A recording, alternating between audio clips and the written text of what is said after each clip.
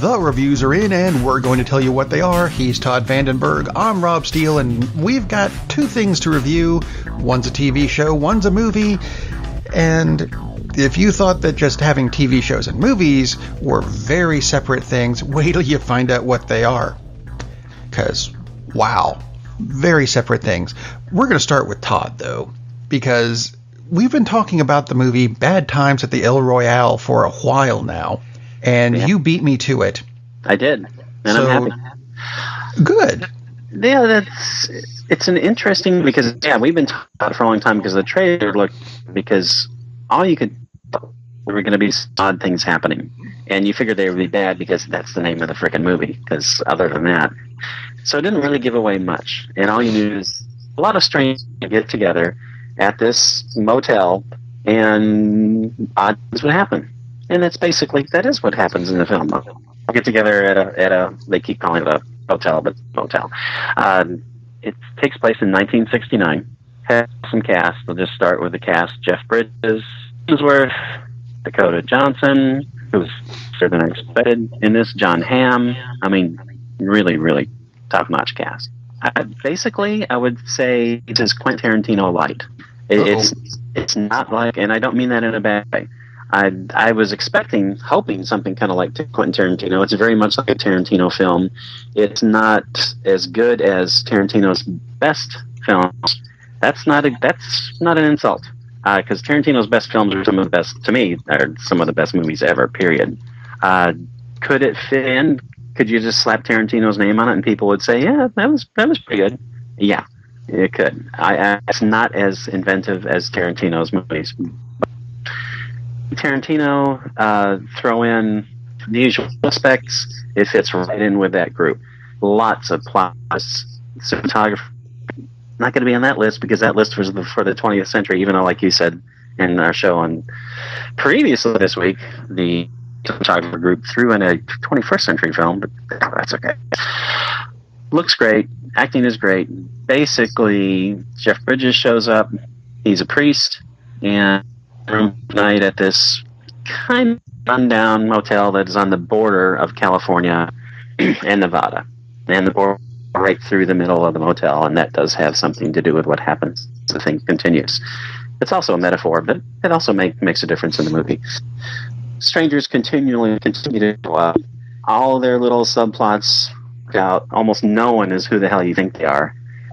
Very, very strange things happen. They can't really say more without giving it away, but it's very interesting how all these little subplots work out.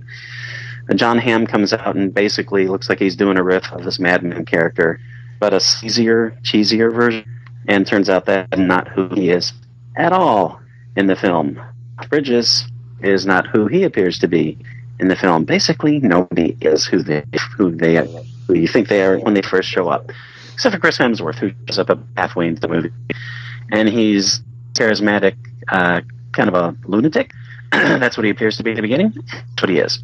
So, basically, he's kind of like a extremely hunky, cute version of Charles Manson, maybe. So, if you get that vibe from the trailer, well, sorry I blew that for you. But that becomes apparent very, very quickly. So, no surprise. Great plot twists. I really, the more I talk about it, the more I think maybe I like this movie even more than I thought I did. I really liked the movie, and we talked about expectations before. I was hoping this movie would be awesome, off the charts great. I don't think it's awesome, off the charts great. It's really good. It's really worth watching. Plot little twists that you will not see coming. I may say there are several. And definitely worth watching. Goddard, the writer-director. Also, and he was one of the producers of Lost. Cabin in the Woods is a great, very underrated movie. So he has some cred going into this, which is one of why I was probably expecting it to be a great movie. Again, I don't think it's great. It's really good, definitely entertaining, worth watching. And this is one of those movies that did not find its audience at all at the box office. They made it for $32 million. Everybody must have been looking for scale, is all I can say, if they got this for $32 million. And it didn't even make $18 million. And that's a shame, because this movie should have done very well.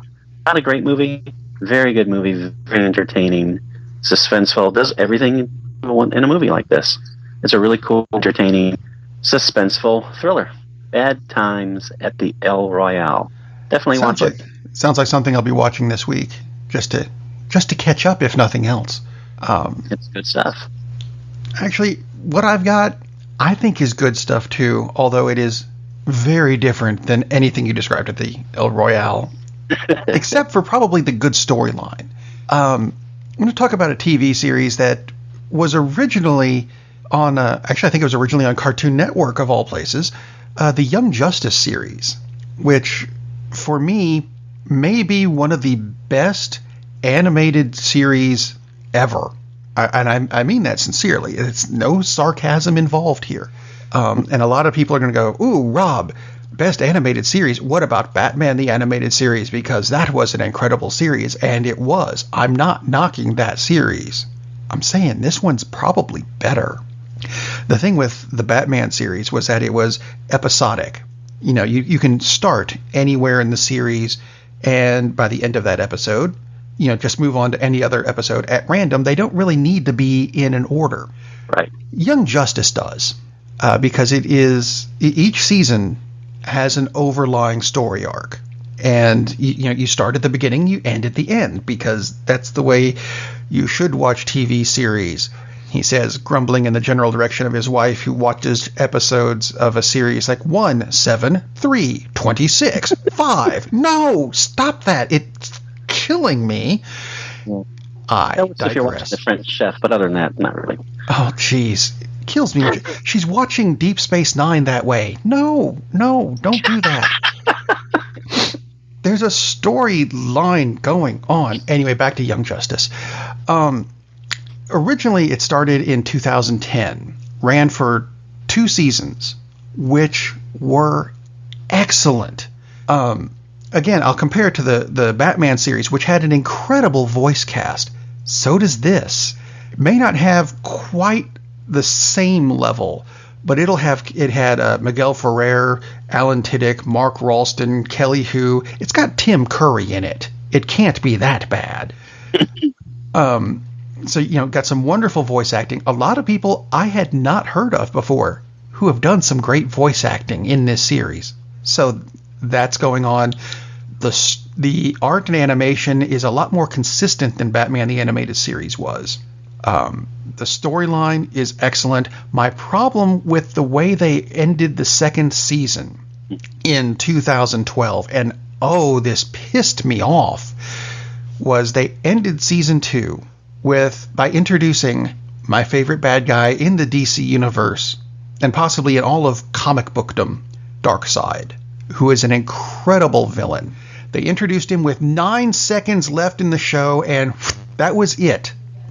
Until this month, January 2019, we finally get season 3.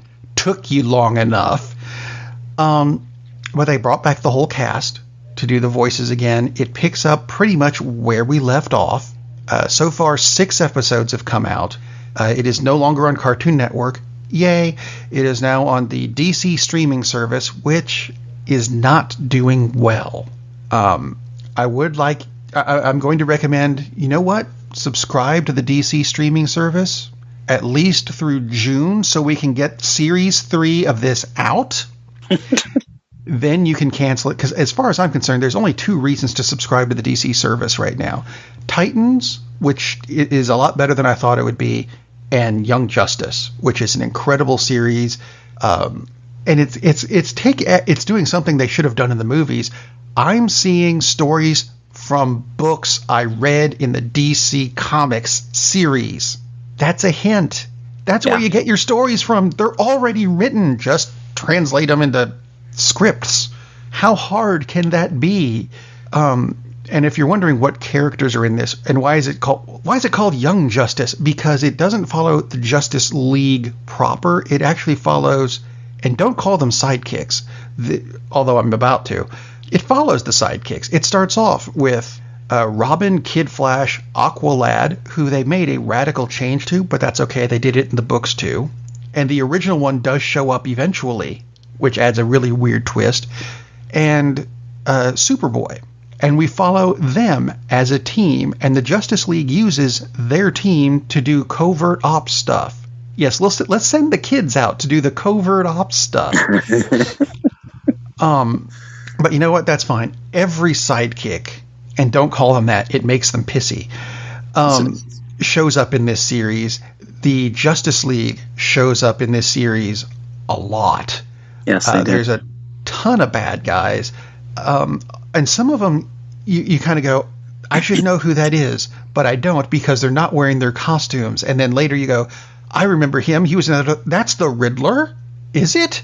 Okay, that other scene made more sense now. That's my one thing about it, is every so often you see someone do something and you go, I don't know who that is. But then it comes back later and that scene will make more sense, and so you watch it again. See, it's got replay value. There you go. How would you describe Batman's character in this? Because I'm thinking about, because like you said, a lot of the Justice League members show up, and Batman shows up, not like a Crow show. It's like, oh, I got to watch this because he's just... Batman he's not quite a completely background character.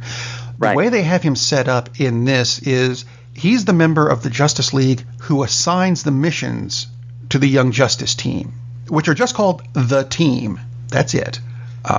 Because they do covert ops. They don't get publicity and stuff, which is fine. It really does work. It does. And they do progression in this. They started off with, for example, like I said, Robin was one of the original ones, and it's the Dick Grayson Robin. Yeah. And then between seasons 1 and 2, while televised, it went straight from 1 to 2. In the storyline, there's a 5-year gap. During that 5-year gap, Dick Grayson grew up and became Nightwing. Off camera, during that 5 years, the whole Jason Todd storyline happened because there's a memorial garden with a Robin in it. That's Jason Todd. The new Robin in season 2 is Tim Drake. Very cool. So they do go through the progression of it. And they'll go as far back as bringing in Jay Garrick, the original Flash. That's wild. I haven't seen season 2. I've seen season 1, and I really like the way they brought Batman in. Like you said, he's the guy who gives them their assignments. He's a coach, but he's also like the kind of coach who's extremely demanding and he's a major hard ass with them. To me, it's a really interesting take on the Batman character, and that's not the reason to watch Young Justice. It's just an added little thing that they did really well. I think it's an awesome series. I agree. If you want to do the sports analogy thing, Batman would be kind of like the head coach, right? But your day-to-day training coach, the offensive line coach, is Black Canary. Yeah, and the person who lives with them and this is going to make sense when you see the series, who lives with them in the cave is Red Tornado. Yeah. It's just really, really well done. I agree, and you sure as hell can't just watch episode 5 and then jump back to 2. I wonder what 9 is like. It's like not going to work with this series at all. No. Watch it in order. They're only 22-minute episodes. Watch it in order, and it really is worth it. If you are a fan of anything resembling any DC character, and I'll include Blue Beetle in this, because he's in the series. All the main 3 Green Lanterns, Hal Jordan, Guy Gardner, and John Stewart, they're in this series. Although no one likes Guy Gardner. Well, they shouldn't. No, they shouldn't. He's not a likable character. He's not. He's a total jerk. They do have a scene where, because in the Justice League, Gardner's not a member of it. They have a scene where they're bringing in, who should we bring into the Justice League? And I think it's Flash mentions, there's a third Green Lantern on Earth, Guy Gardner, and Hal Jordan and John Stewart just go, no. But we could always use more power. No. But we could, no. Okay, fine. That's awesome. I mean, it's got humor in it, but only when it's appropriate. Yes. So, go watch that. Go watch Bad Times at the El Royale. Both of which I think are available at home at this point. They are. So, you know what? Stay home and see a movie or a TV series.